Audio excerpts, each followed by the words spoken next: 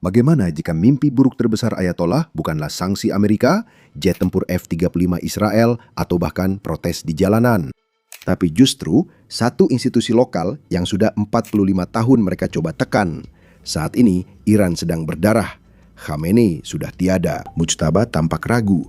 Dan IRGC, pasukan paling loyal rezim, sedang dihancurkan oleh serangan presisi. Sejauh ini 7.000 target telah dihancurkan. Coba bayangkan itu. Namun di antara semua ini ada satu kekuatan yang hampir tak tersentuh, tentara reguler atau Artesh. Disinilah semuanya jadi menarik. Saat dunia sibuk dengan ledakan, rencana diam-diam berlangsung di balik layar. Amerika Serikat dan Israel tidak hanya menghancurkan rezim, tapi juga menjaga satu institusi pengganti. Inilah celah yang dikhawatirkan para ayatollah sejak 1979, dan kini celah itu semakin terbuka setiap hari. Disinilah rencana besar Trump mulai terwujud. Tetap di sini, karena inilah kisah yang tak ingin para ayatollah sampai ke telinga Anda. Kisah tentang bagaimana Iran bisa runtuh dari dalam. CIA mengumpulkan, berbicara dengan para pemimpin militer. Mereka kemungkinan besar akan menjadi beberapa orang yang mungkin bersedia untuk melakukannya. Melemahkan rezim untuk mendorongnya lebih jauh menuju keruntuhan dan mengambil alih untuk membantu mendestabilisasi negara. Semua bermula dari kesalahan rezim beberapa dekade lalu. Usai revolusi 1979, para mullah mengambil langkah berani dan terukur. Demi menjaga kekuasaan dan keamanan, mereka menilai tentara nasional tidak cukup. Jadi mereka membentuk kekuatan militer saingan, dan kekuatan itu adalah IRGC atau Korps Garda Revolusi Islam. Itulah tentara yang biasanya Anda dengar setiap kali Iran disebutkan. Pasukan elit sekitar 150.000 orang ini langsung bertanggung jawab kepada pemimpin tertinggi. Mereka mengendalikan militer dan drone Iran, mengatur perang proksi di Timur Tengah, serta menguasai sebagian besar ekonomi. Penyelundupan minyak, imperium konstruksi, semua yang menjaga ulama tertinggi kaya dan berkuasa dikuasai mereka. Mereka mendapat bayaran terbaik, perlengkapan terbaik, dan semua pujian. Mereka adalah anjing peliharaan pribadi rezim. Sementara itu Artesh, tentara nasional lama Iran, telah menunggu dalam bayang-bayang. Pasukan ini telah ada sebelum revolusi dan bertugas melayani rakyat, bukan kepentingan pribadi. Pasukan ini berjumlah sekitar 350.000 orang, mayoritas wajib militer, yang bertugas menjaga perbatasan dan berperang konvensional. Kamu tahu, hal-hal yang tidak memberi mereka lebih banyak kuasa. Rezim sengaja menjaga mereka lemah dan selalu bersaing dengan Garda Revolusi Islam. Sementara Garda Revolusi Islam mendapat uang, pengaruh politik, dan prestis, Artesh hanya mendapat sisa dan selalu dicurigai. Semua ini karena sejak awal para ayatollah selalu takut Artesh bisa berbalik melawan mereka karena Artesh mengikuti tradisi tentara profesional, bukan semangat revolusioner. Mereka tidak dicuci otak. Selama beberapa dekade, hal ini menciptakan perpecahan yang kini menjadi titik lemah rezim. Saat ini, Trump, Israel, dan Amerika Serikat memanfaatkan celah ini dengan sangat presisi. Contoh sederhana cara mereka melakukan ini terlihat pada operasi Epic Fury. Sejak serangan dimulai, targetnya sudah jelas. Rudal-rudal telah menghantam markas besar IRGC di Teheran, pusat kendali utama untuk semua operasi proksi Iran. Fasilitas produksi rudal telah dihancurkan dan persediaan IRGC telah berkurang setengahnya. Angkatan Laut IRGC di Teluk mengalami kerugian besar sehingga tak lagi mampu mengancam jalur pelayaran. Ditambah lagi dengan penghancuran pertahanan udara mereka dan penyingkiran sistematis para komandan senior IRGC, Anda bisa melihat bahwa IRGC benar-benar hancur. Namun di tengah semua kehancuran ini, Artesh tetap tidak tersentuh. Barak, pangkalan darat, dan pusat pelatihan sebagian besar tetap utuh. Ini bukanlah suatu kebetulan. Idenya adalah untuk menghancurkan inti ideologi yang menyatukan rezim sambil menjaga tentara profesional tetap utuh. Benar sekali, Amerika Serikat dan Israel berusaha menciptakan kondisi yang memungkinkan perubahan rezim dari dalam dengan Artesh di pusatnya. Mereka tidak menahan diri. Intelijen Israel juga menghubungi unit di wilayah barat yang tingkat desersinya tinggi, meminta mereka tetap di tempat. Pesannya jelas, lindungi infrastruktur penting dari sabotase IRGC dan pertahankan pangkat dan pensiun Anda. Dan tercatat dalam sejarah sebagai pahlawan bagi Iran yang baru. Cukup menarik bukan? Sementara IRGC dihancurkan, Artesh justru dipertahankan. Ini adalah upaya yang diperhitungkan untuk memecah IRGC dan Artesh secara permanen dan membawa fajar baru. Dan alasan mengapa ini berhasil adalah karena Artesh sudah menunjukkan bahwa mereka tidak akan berbalik melawan rakyatnya sendiri. Untuk menstabilkan negara, mereka bukan ayatollah, mereka bukan pembunuh kejam. Mereka tidak akan menembaki rakyat. Mereka menganggap diri bagian dari rakyat. Semua adalah wajib militer. Karena itu mereka tak pernah meminta mereka, Larry, untuk turun ke jalan dan menembaki rakyat. Alasannya mereka tidak yakin akan melakukannya. Itulah kenyataannya. Bagaimana mereka tahu? Bukti terbarunya muncul dari protes sipil di Iran pada Desember 2025. Setelah rial runtuh dan ekonomi memburuk, rakyat memberontak demi kehidupan yang lebih baik. Ali Khamenei, pemimpin tertinggi sebelumnya, memilih mempertahankan kekuasaannya daripada menanggapi kekhawatiran mereka. Lalu, apa tindakannya? Dia memerintahkan IRGC dan milisi Basijnya untuk membantai rakyatnya sendiri.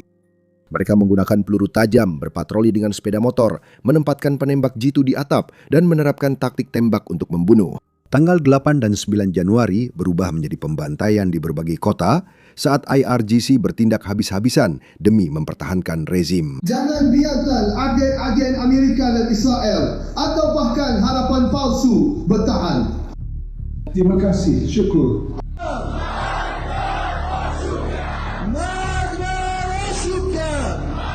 Namun, Artes merespon secara berbeda. Mereka selalu menolak penindasan dalam negeri dan menegaskan misi mereka melindungi bangsa, bukan rezim. Saat perintah turun, mereka lambat merespons. Tank tetap di garasi, senjata berat tak turun ke jalan. Sebagian unit bergerak lamban dan hanya beri pernyataan samar soal menjaga infrastruktur. Perbedaannya sangat mencolok. Alasannya sederhana, pejuang IRGC fanatik dan hanya setia pada pemimpin tertinggi yang hidup mewah. Wajib militer Artes adalah orang-orang biasa dari lingkungan yang sama dengan para pengunjuk rasa, kurang ideologis dan lebih paham kondisi di lapangan. Bagi rezim Iran, ini membuktikan mengapa mereka tak pernah mempercayakan tugas kotor pada Artes. Semua karena para tentara melihat diri mereka sebagai orang Iran terlebih dahulu dan pendukung rezim di urutan kedua. Perpecahan yang menyelamatkan nyawa di Januari kini bisa mengakhiri rezim sepenuhnya. Sekarang situasinya berbeda dari beberapa minggu yang lalu. Saat ini, Ali Khamenei sudah tiada. Kaum garis keras sedang panik dan Artes tiba-tiba menjadi institusi paling kuat yang tersisa. Tapi bagaimana Artes bisa berubah dari tentara nasional yang tersisih menjadi kekuatan yang menggulingkan IRGC dan membawa perubahan rezim yang nyata? Nah, semuanya dimulai dengan pembelotan. Pesan mulai beredar melalui saluran satelit dan media sosial, menawarkan jalan aman dan jaminan keuangan bagi perwira IRGC yang bersedia membelot. Tawaran ini sederhana, lindungi keluargamu, jaga pensiunmu, dan jangan tenggelam bersama kapal karam. Setiap perwira membelot akan melemahkan penjaga dari dalam. Artes adalah tempat yang paling masuk akal bagi mereka untuk bergabung. Begitu pembelotan dimulai, prioritas berikutnya adalah infrastruktur. IRGC dikenal dengan taktik bumi hangus. Jika terancam runtuh, mereka akan berupaya menghancurkan pembangkit listrik, bendungan, dan fasilitas minyak sebelum mundur. Artes sudah tahu trik ini. Pelatihan mereka fokus pada pertahanan konvensional, bukan perang proksi. Mereka dapat mengamankan pipa, menjaga jembatan, dan memastikan sistem penting berjalan. Dengan melakukan ini, mereka mencegah para penjaga menyeret negara ke dalam kekacauan saat mereka pergi. Namun sebelum kudeta dimulai, ada medan pertempuran lain yang tak kalah penting, jaringan intelijen Iran. Ini adalah mata dan telinga rezim, melacak para perwira, memantau komunikasi, dan menghentikan ancaman sebelum mereka terbentuk. Unit intelijen IRGC dan Dinas Keamanan Negara telah menghabiskan waktu puluhan tahun membangun sistem yang dirancang untuk satu tujuan, yaitu menghentikan tepat jenis pemberontakan internal seperti ini. Itu berarti setiap langkah Artes bukan hanya soal tank dan markas, tapi juga waktu, kerahasiaan, dan kecepatan.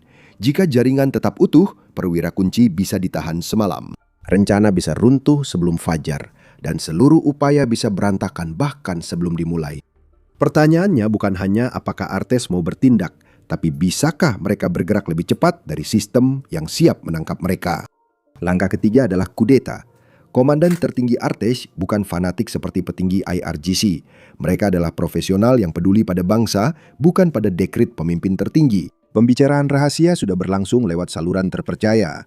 Saat waktunya, para perwira akan menyatakan tanggung jawab mereka pada rakyat, bukan ideolog.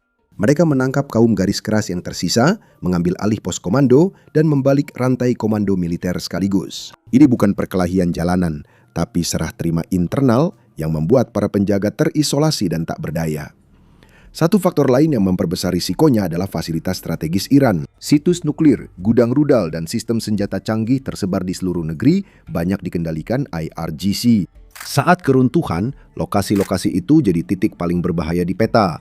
Jika struktur komando runtuh, risikonya bukan sekedar kekacauan internal. Ketidakpastian terkait siapa yang mengendalikan aset dan penggunaannya. Skenario seperti itu langsung menarik perhatian dunia karena tak ada yang bisa membiarkan situasi saat senjata penting jatuh ke tangan yang tidak jelas. Bagi Artes ini berarti setiap langkah harus cepat dan tepat. Mengamankan lokasi-lokasi itu bukanlah pilihan, itu akan menjadi prioritas utama begitu keseimbangan mulai berubah. Artes menjadi satu-satunya kekuatan antara ketertiban dan kekacauan, menjaga jalanan, mengamankan perbatasan, serta memastikan distribusi makanan dan obat-obatan. Mereka lalu mundur dan memberi ruang bagi pemerintahan transisi sipil yang diisi oposisi, ahli yang diasingkan, dan reformis internal. Tidak terjadi kekosongan kekuasaan atau perebutan ala panglima perang. Serangan selektif melumpuhkan IRGC, sementara tentara nasional tetap utuh. Jadi perang saudara tak pernah mungkin terjadi. Selanjutnya, datanglah momen yang semua orang tunggu-tunggu. Artes mengerahkan tank-tank ke Teheran saat fajar. Mereka mengepung markas IRGC. Para komandan ditarik keluar dengan borgol. Kerumunan bersorak dari trotoar. Para tentara melambaikan tangan ke warga sipil, bukan menembak mereka. Inilah skenario yang diinginkan perencana Ayriskrat dan Israel, dan ini bukan fantasi. Ini satu-satunya cara mengubah rezim tanpa penjajah asing atau bencana berdarah di jalanan. Hei, jika kamu masih menonton karena kekuatan Ayatollah mulai goyah seperti wig jelek di Teheran, tekan tombol suka keras-keras. Intinya, ini mendukung agar retakan makin besar. Berlangganan dan aktifkan lonceng agar tidak ketinggalan saat Artes akhirnya memutuskan berhenti mengasuh para mullah. Kami akan segera punya lebih banyak pembaruan yang seru buat ditonton sambil makan popcorn. Baiklah, sekarang kita lanjutkan. Jadi, apa risiko nyata di sini dan bagaimana semua ini bisa terjadi? Bahaya pertama datang dari para komandan IRGC yang membelot. Jika penjaga merasa rezim goyah, sebagian bisa memisahkan diri dan membentuk milisi sendiri. Skenario ini sangat menakutkan. Unit-unit terpecah bertarung memperebutkan wilayah, sabotase infrastruktur, dan mengubah Iran jadi wilayah para panglima perang. Kekacauan ini bisa berlangsung bertahun-tahun, dan ancaman juga datang dari dalam, termasuk keraguan Artes. Para komandan mungkin menunda karena menunggu jaminan atau takut pembalasan dari kelompok garis keras. Setiap hari mereka menunggu, peluang bertindak tegas makin kecil. Pertanyaan suksesi masih membayangi. Mojtaba Khamenei, putra mantan pemimpin tertinggi, telah dipilih kelompok garis keras sebagai pemimpin tertinggi baru. Jika dia cepat mengkonsolidasikan kekuasaan, rezim bisa tetap bertahan meski melemah dan tetap berbahaya mencengkeram negara meski ada kerusuhan. Keraguan bukan hanya penundaan, tapi bisa jadi akhir kesempatan. Sejarah menunjukkan hal ini berulang kali. Tentara dalam posisi serupa sering menunggu kondisi yang sempurna, sinyal yang jelas, dan jaminan keberhasilan. Namun jaminan itu jarang datang. Bahkan dengan risiko-risiko ini, ada potensi keuntungan yang bisa mengubah segalanya. Jika Artes bergerak bersama para pengunjuk rasa, keruntuhan bisa terjadi lebih cepat dari yang diperkirakan siapapun. Kerumunan besar memberi legitimasi gerakan itu.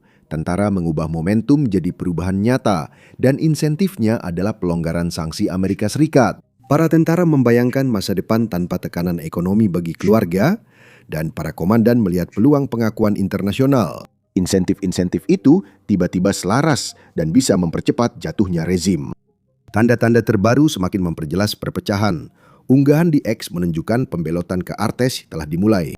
Saluran IRGC memperingatkan akan ada pukulan lebih keras jika protes terjadi lagi. Ini terdengar seperti kepanikan, bukan kepercayaan diri. Laporan intelijen AS Serikat menyebut rezim berupaya memperkuat posisinya. Retakan mulai tampak. Rezim ini makin tertekan, hanya mengandalkan rasa takut, bukan kesetiaan.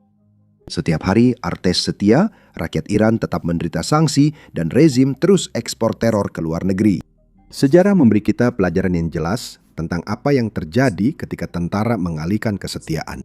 Di Mesir pada tahun 2011, netralitas militer menjatuhkan Mubarak hanya dalam beberapa hari. Uni Soviet runtuh bahkan lebih cepat, begitu perpecahan internal militer mempercepat keruntuhan. Para analis memperdebatkan apakah Artes akan netral, terjadi perpecahan di antara pemimpin, atau struktur komando paralel runtuh di bawah tekanan. Rezim menyadari risiko ini sehingga membangun kontrol berlapis. IRGC berada di atas tentara reguler dan milisi seperti Basij tersebar di komunitas. Rantai komando pun sengaja dirumitkan. Semua itu bertujuan mencegah tentara melawan ulama. Namun setelah protes terus-menerus, krisis ekonomi dan serangan terarah, perpecahan kini melebar lebih cepat dari perkiraan. Apa yang dulunya melindungi rezim sekarang menjadi rapuh dan mudah pecah.